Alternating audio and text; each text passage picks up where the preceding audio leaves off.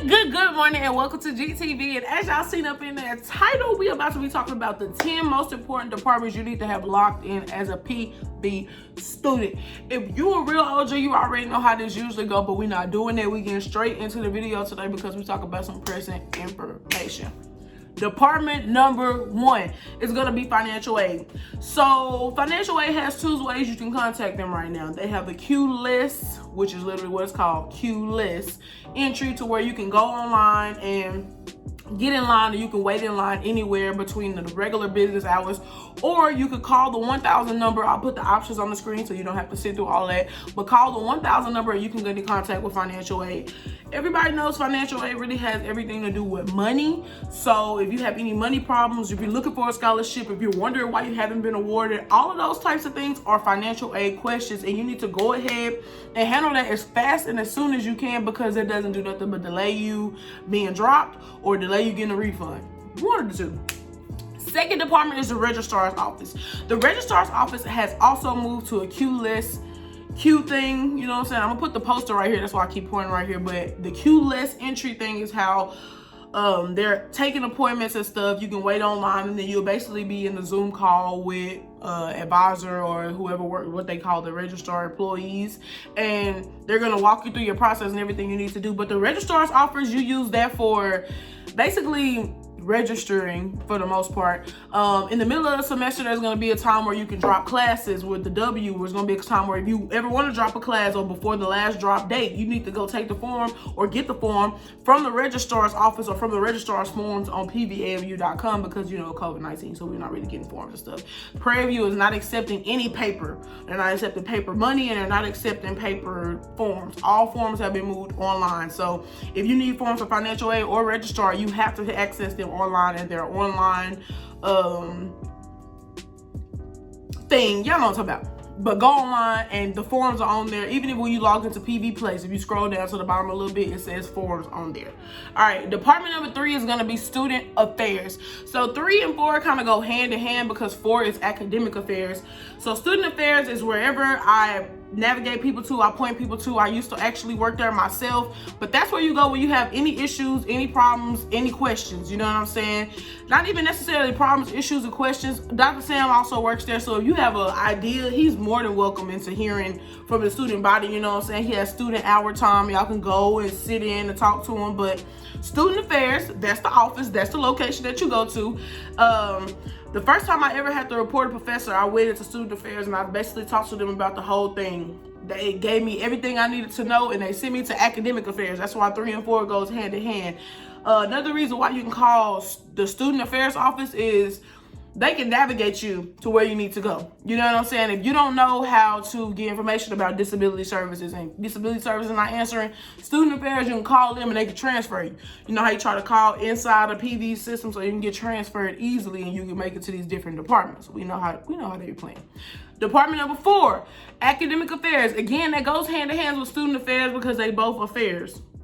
And then the academic affairs is the area that you get sent to the most, because most often the time people come into the student affairs office with issues with academics, with professors, different things like that. You know what I'm saying? There's other cases, but if you have an academic issue, they have created academic affairs. And to access academic affairs currently, you have to set up not an appointment, but you're going to put in everything. Like they have a link basically, and I'm gonna drop that link in the description. All these links to everything is gonna be in the description. I'm gonna try to put them on the screen, but they're gonna also be in the description as well. But they have a thing where you basically fill out a form and it goes through and asks you what are you coming for, what department, the reasoning and all that stuff. They might even ask you to give a small synopsis of what's going on, and they reach out. They reach out to you in 2 to 3 days, because I had professors who was not answering the phone for so long, and I was giving them 1, 2, 3 emails, and they wasn't getting back to me at all. You call academic affairs, let them know. They're gonna be like, hey, send us that thread of those emails. You send them thread of them emails, they're gonna get that professor. That professor's gonna be emailing you, because that's they boss's boss, if that makes sense. So any issues academically, reporting the professor, go up the correct proper chain of command, you know what I'm saying? Try to go with the professor, then your department head, then your dean of your department, and then dean of your department you feel like haven't worked for you like they should, you can go to academic affairs and report everybody you just went through. The 5th department is IT. So as you know, you are a Prairie View student and you are on campus. Unless you stay in View 2, your Wi-Fi sucks. But that's okay, because sometimes IT can troubleshoot you through that, and they can get you connected better on your laptop and help you get through the things you need to get to. So I make sure I always have IT's number in my phone, because you never know when you're going to be on campus with no Wi-Fi. Or you're going to be on campus and you bring your laptop and your laptop won't connect to the Wi-Fi for some stupid reason. Because it always be like, download this thing and all that stuff. You shouldn't have to download it every time. And I used to have that same issue until I was calling them, and they finally was like, hey, come over here, we're going to get your laptop together. And they got my laptop together. So IT is definitely one you need to make sure you have locked in. Another reason you need to have them locked in is because after you try so many times to change your password on PD Place, you can call IT, because that's the number you gotta call, and you can go to them and they'll try to get you squared away and set up, because that's the people that all that information goes to in the first place. Number 6 is gonna be auxiliary services. And I know you might be like, what the hell is auxiliary services? But auxiliary services on the campus is everything that's not education. Boom. Washing, the rec, all of that kinds of stuff falls under the auxiliary service of it all for the campus. You know what I'm saying? Not necessarily the rec, but you can get connected to the rec. That's why I said that, because I always call them and they can direct you to the rec and you can get the hours. Speaking of the rec, shout out to Jamia, my big sister. She gave me the flyer. She works in there. I'll put the flyer on here so y'all can have those times of information as well. And I'm gonna drop that also in the description. But auxiliary services is where you get your ID card from. You do your meal plan through them. If you're moving off campus for the first time, you got to complete an off-campus form, because you're going to have a regular meal plan, because they put the meal plan on everybody's account. So you got to go fill out the off-campus form so you can get that off of your account and make sure that you are an off-campus student, because they got a whole extensive process. And I know all of it's going to be online now, because again, they're not accepting paperwork. But you need to make sure you know who to call. Auxiliary services is a direct connect to get you to everything you really need to get to that's not education. And the mail center is included in that. And speaking of the mail center, I'm gonna put the official PV address if you want to send anything to Prairie View. So the PV address is gonna be P.O. Box 519, MS 1329, Prairie View, Texas 77446. And the mail center is not located in its normal location anymore. I'm gonna figure out that location. I'm gonna put it on the screen as well, but they do not do anything in contact. Everything must be done online through this email. You know what I'm saying? If you want to pick your stuff up, I'm not specifically sure on how that system works, but I know they were put on a list of departments that basically weren't accepting any more direct interactions from students anymore. So I'm gonna definitely get that information for y'all, and I'm gonna leave that email on here for sure, so y'all can make sure y'all reach out to them if anybody has ever sent you anything or something like that, because they usually have a list that they send out or have posted, and they'll let you know when you get something, but sometimes you have to hit them up, and sometimes stuff gets lost and different things like that. So number 7 and number 8 also go hand in hand, because number 7 is the on-call EMS. So the on-call EMS service that we use on campus is basically like our mini ambulance. The ambulance takes so long to get to Prairie View from Waller. I know personally, because I broke my ankle here before, and it took maybe 20 minutes for the actual ambulance to show up after we called the police, but the campus EMS were there in under 5 minutes. So you need to lock this number in just in case an emergency happens, because you can call 911, yeah, but not all the times that that dispatch person connect you to campus EMS, and these people are here on campus 24/7. This is a 24/7 line, and just in case anything medical happens, you can call them, because you do pay for that in your health services fee that you pay on your student account. 8 is the campus health center. The reason why the campus health center is so important is because we living in a freaking pandemic right now.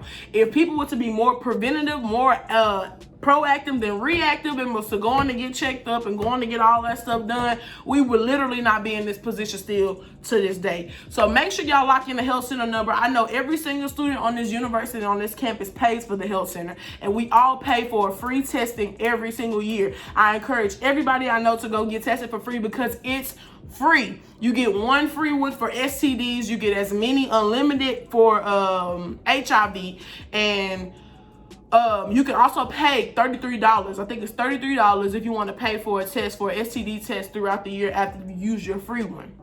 So make sure y'all go use the stuff that y'all paying for. Number 9 is your housing on call. Now, the reason you need your housing on call number is because just in case you get locked out of your room and the campus is closed, and well, not campus is closed, but campus housing is closed, you have to have your on call numbers locked in. I don't stay on campus anymore, but I'm advising y'all to get that number, because if you get locked out of your room, if anything happens, like, you know what I'm saying, if you having a crazy plumbing thing that's going on, this is the emergency number that the phases and different places on campus, the villages, have put in place, so you will have a point of contact. So make sure you use that. The housing office, the official housing office, is number 10. The reason why you need the housing office number is because when it gets around crunch time, when it's time to renew your lease and get more housing for the next year, you want to make sure you have that number locked in, because you need to be calling them. You need to be on top of it. You need to make sure that you got your money turned in. Make sure you got your lease sent to you. You signed it and sent it back, and they confirm it, triple confirm it, because things get mixed up. The housing offices are students dealing with students, and then the employees are on top of them. So everything really on the lower level is done with students. And not to say students ain't doing things right, but you want to make sure that all of your information is triple, double, quadruple checked over there, because they deal with so many students. One lease, you know what I'm saying?